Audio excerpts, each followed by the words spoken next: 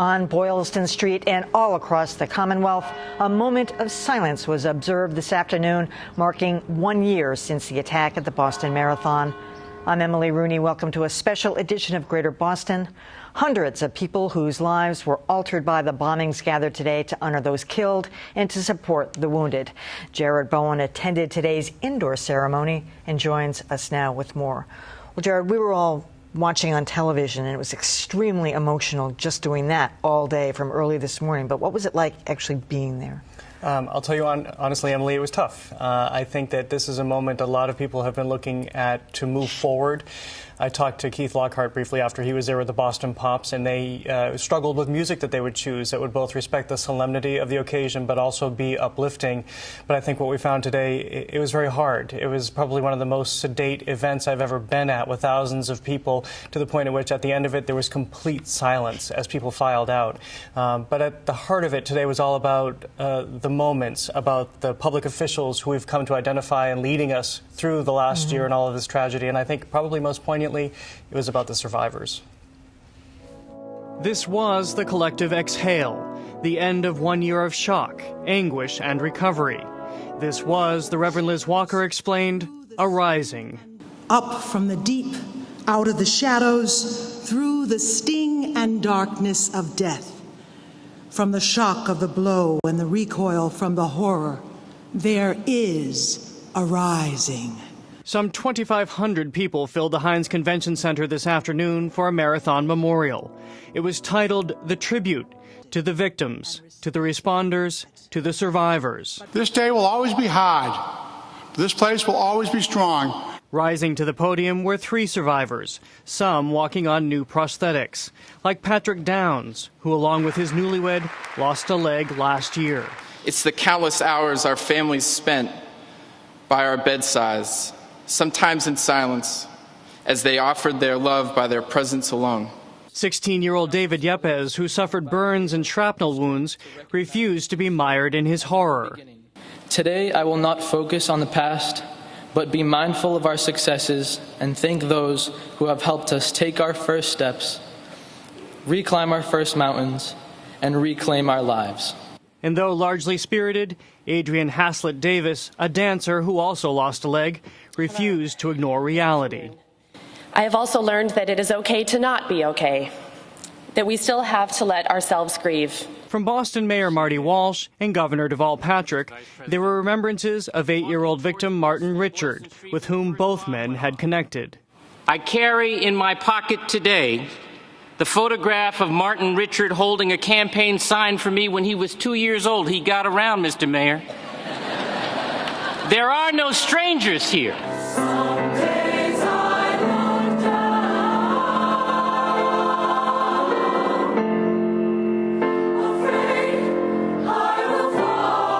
It was the Boston Children's Chorus who delivered the poignant perspective, and Vice President Joe Biden who delivered the thunder.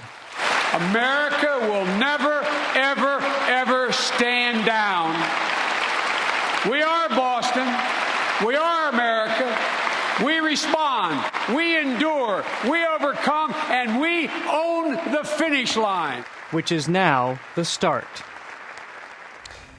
You know, it was really tough, Emily. I think that, you know, there were a few moments of levity, but I'm not sure it necessarily moved us beyond what we thought it was going to. It's going to take a time. I think Joe Biden was particularly poignant, too. Well, I want to bring Adam Reilly into discussion. So the public events didn't really get going until 2:30. That's when, right before they had the moment of silence. But you were out there on the streets observing things well before that. Yeah, and it was interesting to watch the way members of the public just kind of created their own commemoration. Several people who I talked to had run the marathon route today just on their own. I talked to one young couple, Brian and Julie Stam from Mission Hill. Last year, after the attacks, they vowed they were going to run Boston this year. Neither one had ever run a marathon before. They weren't able to get bib numbers, so they just went ahead and did it anyway. And they raised, I think, about $700 for the One Fund. So I talked to them right after they had done. Right after they were done, they looked exhausted but exhilarated. I also spoke with a guy who ran the entire course in colonial-era garb. The one exception is his footwear, which was not historically appropriate, but you see him there dressed like a Revolutionary War soldier carrying 2 American flags. The whole way he carried those flags? That is what he told me. That's my understanding. So that's his own idiosyncratic tribute. But in addition to the runners, I was fascinated by the way you saw people kind of crowd toward Copley Square where you could hear the tribute as it was going on loudspeakers. And people just sort of crowded in and listened amid all the sort of ordinary activity going on, commercial activity going on Boylston Street.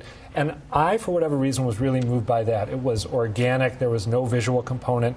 You just saw people standing, looking thoughtful as they heard the things that Jared was watching firsthand. That was very effective. You know, what's very striking to me is that, and this came up in a number of the speeches today too, what community has been created by this at this point. You know, we now have Carlos with the cowboy hat, the civilian rescuer, who everybody just flocks to. Everybody just gravitates to him because he's got this personality, and I think in many ways he's also this symbol of strength. But in terms of the survivors and the victims, they talked today about how they've been embraced by the community. And they couldn't have done it if this city had not pulled together for them, and they felt it from the moment, those first moments on the street to their hospital rooms and beyond. Well, to that point, Adam, I mean, people say the city has fundamentally changed as a result of this. Do you think that's true? That's a question I'm fascinated by. I don't know the answer for sure. I would say, based on what I saw today, both yes and no. I talked to a woman named Melissa Bowers, who was running the marathon last year, and I think was at mile 25 when the bombs went off, so she could not finish. She's running again on Monday, and as she explained it to me, her family, in particular her children, are not wild about that. My kids weren't so excited to come. I have an 8-year-old. He was a little bit nervous. He's like, Mom, I'm not sure. So every day, we just explain to him, I can't promise him. No one ever knows what day he's going to bring. I could go off the sidewalk. Something bad could happen, Is that what you tell him? I do. I will never set my kids up for something that I wasn't, the unexpected, because it's life, and life happens.